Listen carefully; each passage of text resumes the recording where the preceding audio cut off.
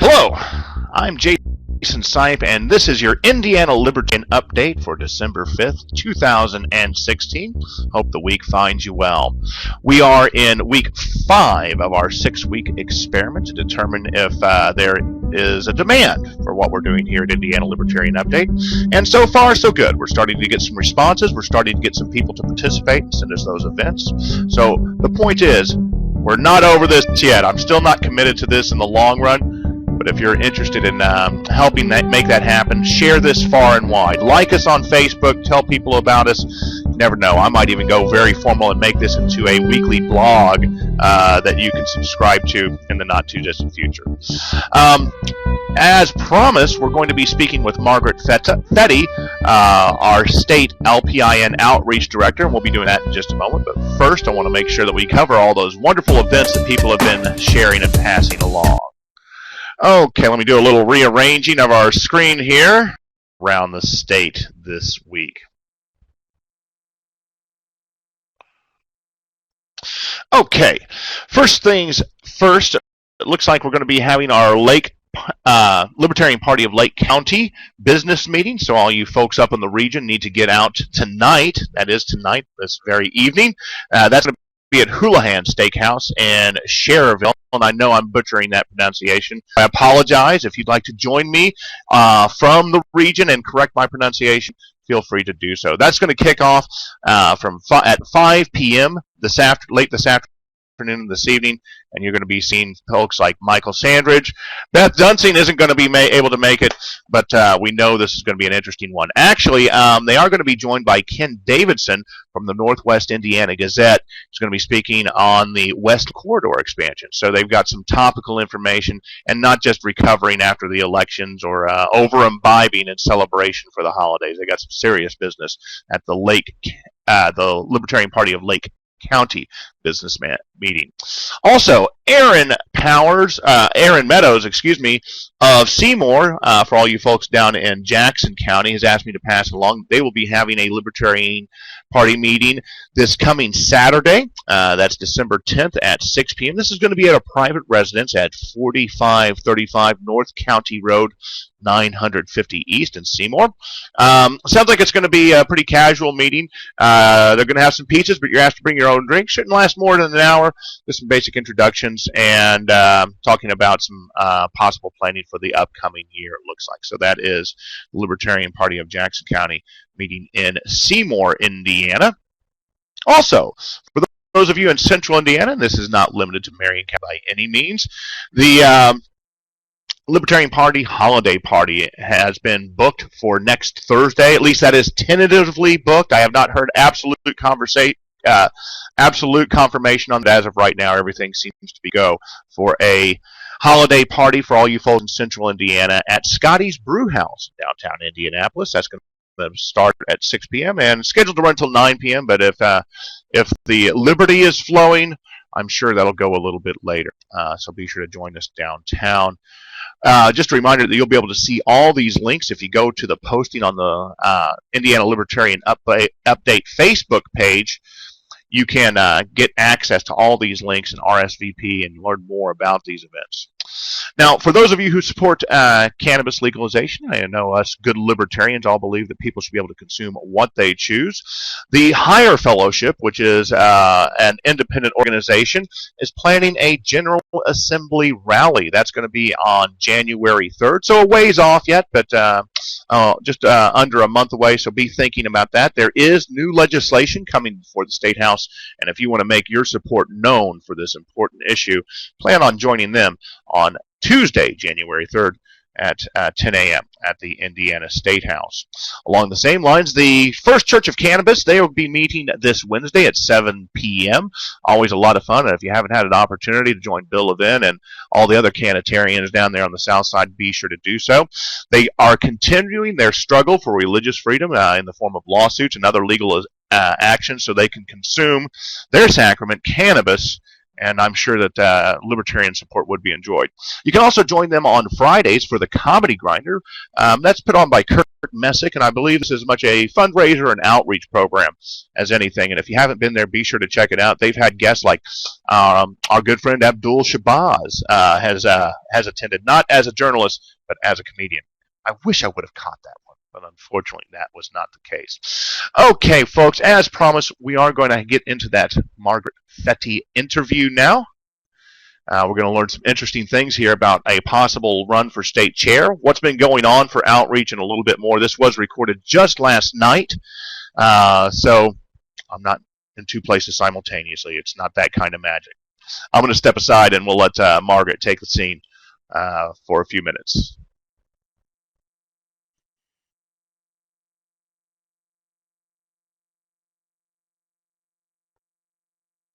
Everybody, as promised for this week's edition of Indiana Libertarian Update, I am joined by this young lady. Depending on how we have things set up, the young lady in the frame below me is Miss Margaret Fette, who is our Indiana Libertarian Party Outreach Director.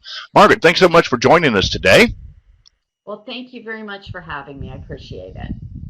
Absolutely. For those of you who aren't aware of who you are or exactly what role you play in the party, why don't you fill us in and tell us a little bit about who you are and your background.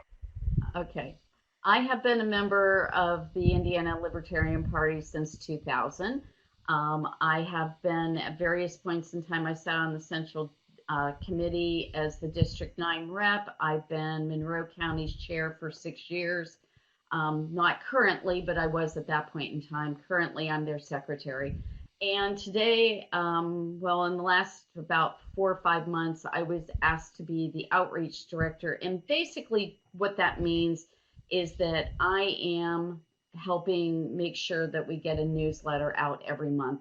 I don't do most of the writing. I actually ask for people to write for that.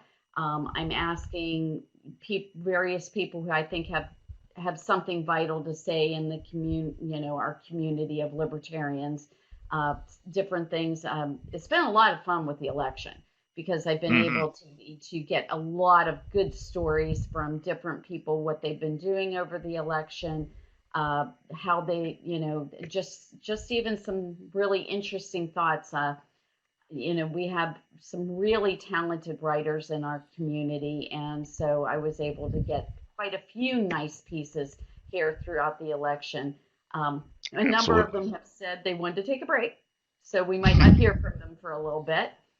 But currently, that's what I'm doing is basically I'm pulling all the pieces and parts together and making sure we have a newsletter sent out to our membership every month. Absolutely. And, my first question regarding the newsletter is, looking back on the last few months, the few editions, what article or what report has really had the most impact and has given you the most feedback so far? Well,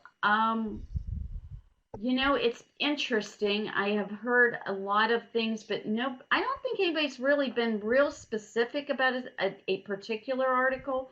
I think they've been just in general really grateful to get the information. I have been told multiple times that it was about time we've got the newsletter back out again, because when Dan Drexler was our chair, he made sure that happened every month. But since he stepped down, it kind of went by the wayside and nobody was doing it. So I volunteered to make sure that, people start getting that information. I was feeling really frustrated. There's only so many hours a day I can spend reading through all the myriad information that we have on Facebook. And I felt like what was going on is that unless you were on Facebook and in some particular just threads just specific threads, you might still not know what's going on. And even while I'm on probably, some of the more significant Facebook pages for our state, I felt like I still was out of the loop.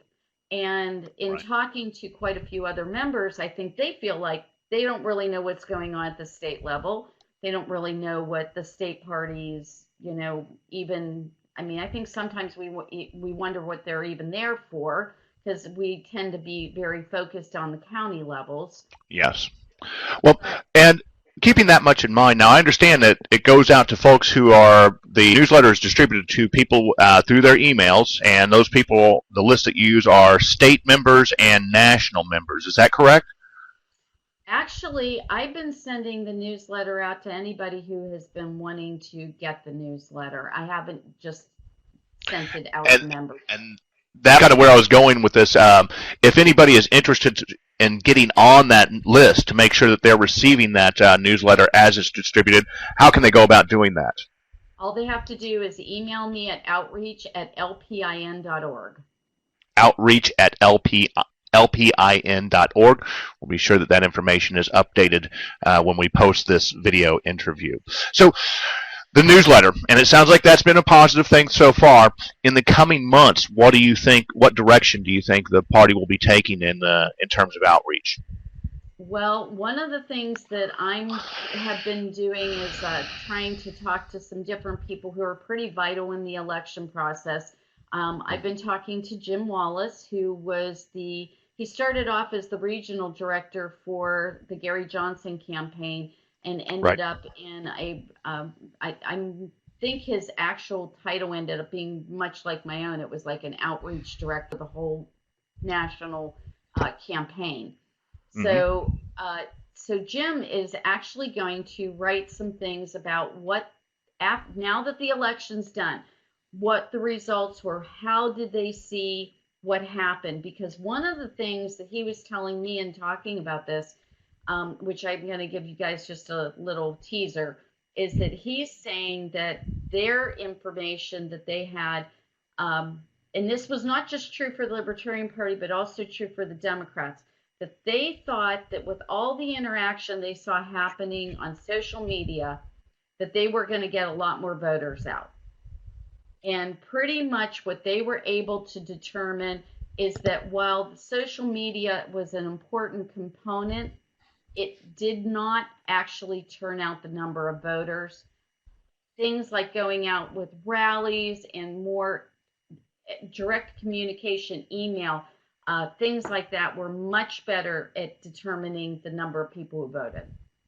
Very interesting, and we'll look forward to you capitalizing on that, and hopefully the larger party capitalizing on that and other data as it's determined from this election, and hopefully we'll see some changes. I know for us in Marion County, one of the most impressive thing has been the influx of new energy, and I think that that's going to be a crucial part of us moving forward into 2017, is continuing with the momentum that we have and also expanding on it, and hopefully through some more active means than simple social media.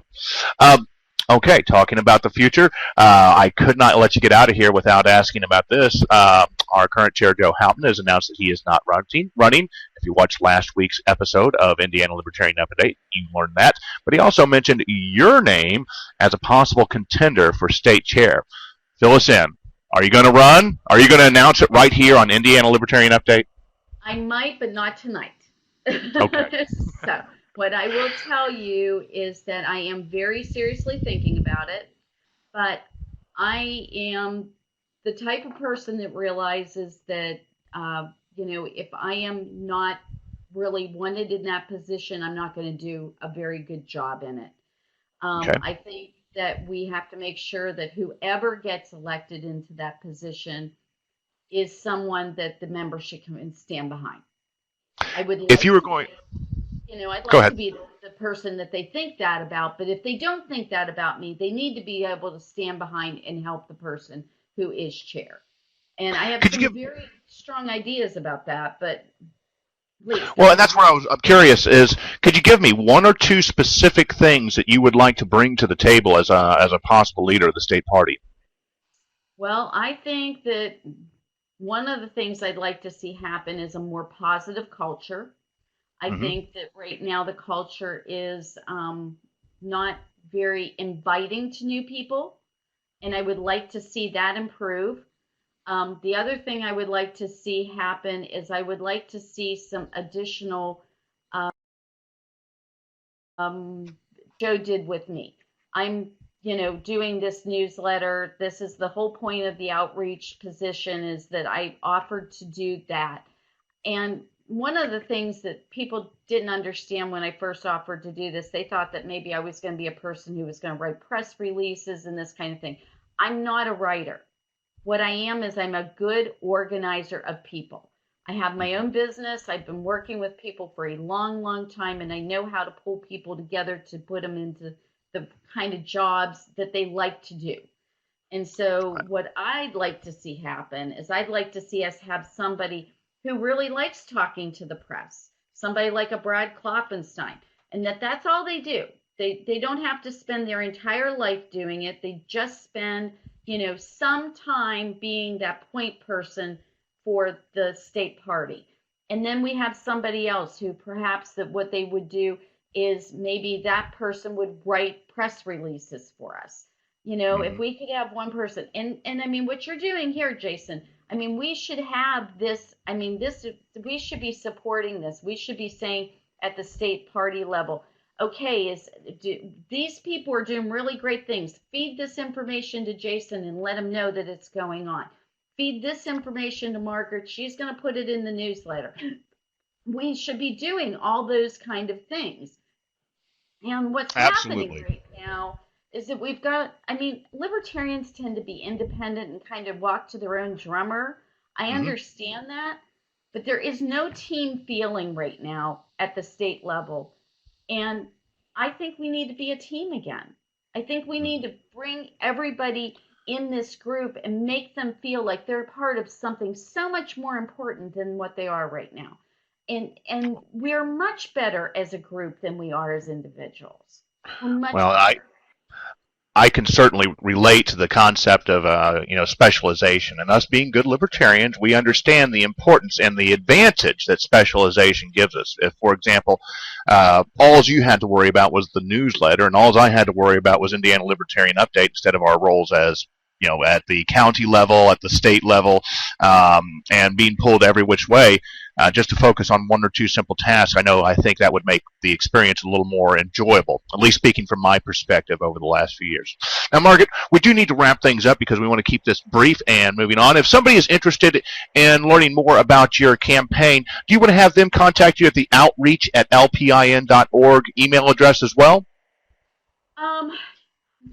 Actually, probably not. It's probably more appropriate that we have people reach me at my personal email, which is just mmfette@gmail.com.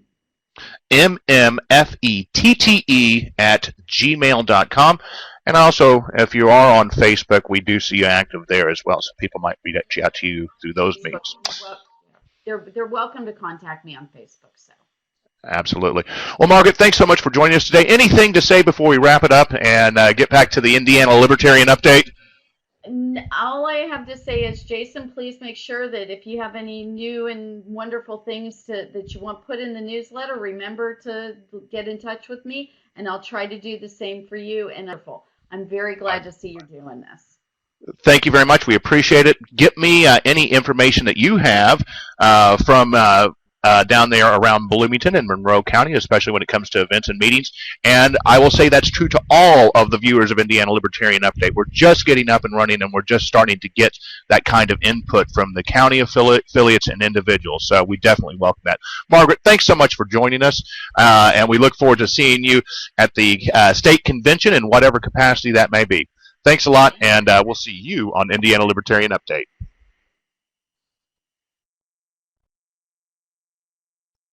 Oh, folks, we hope you enjoyed that interview with Margaret Fette, and we want to also say thanks to Margaret for joining us here at Indiana Libertarian Update. Also wanted to pass along a bit of news. Rodney Binker has expanded our social media team a little bit. And as soon as I get over here to my script, I'll be able to tell you all about that. Steve Tillman has been added to the LPIN social media team. He is starting out with 2 posts per day, one at 3 p.m. and one at 7 p.m. I know there is a new emphasis on memes and articles, but from a positive spin. While we did enjoy some success with some of our edgier and more negative memes and material that we used during the election, and we also saw data make that a reality, I also understand that at this point we're getting better traction with positive information. And when you think about it, we have such good momentum and we've had so many people join our ranks in this election cycle. Let's show them the best that we have moving forward. So if you have any good positive articles or memes, you can find Rodney Binker, our vice chair, on Facebook, as well as Steve Tillman. Be sure to get in touch with either of them if you have good media to pass along. Speaking of good media, any of the links from today's episodes, all the Facebook files that you saw me share, all the Facebook pages and events that you saw me share, are going to be available to you. Just check out the actual post on Facebook that includes this. I'll put them in the comments section underneath there. Okay, this week's Liberty Link was sent to us by Dave Hollis. Dave's from Fairbanks, Alaska, but now lives in Alta Loma, California, and he maintains LP4.org. LP4.org. Now, this is not the kind of website that is trying to organize people necessarily. It's really a place for Dave to post a lot of his libertarian thoughts. And as much as we like memes and as much as we like agenda-driven websites, this is just a nice place to check out some thoughts from an individual who seems to have a real grasp on what libertarianism is about. If you have suggestions for the Liberty Link of the week, be sure to send those my way. Now, next week on Indiana Libertarian Update, I am working on a few other possible candidates for state chair, so we'll be sure to have an interview from somebody in that department. If you're considering a run for state chair, be in touch. In other words, so Riddle, Featherstone, if you have events, thoughts, or story ideas of any type you would like to share with Indiana Libertarian Update, please send them my way. That's jsipe at sipesociety.com, jsipe@sipesociety.com. The Indiana Libertarian Update is a production of sipesociety.com, your one-man education and online content consultant. Until next time, I'm Jason Sipe, and I'll see you on the computer.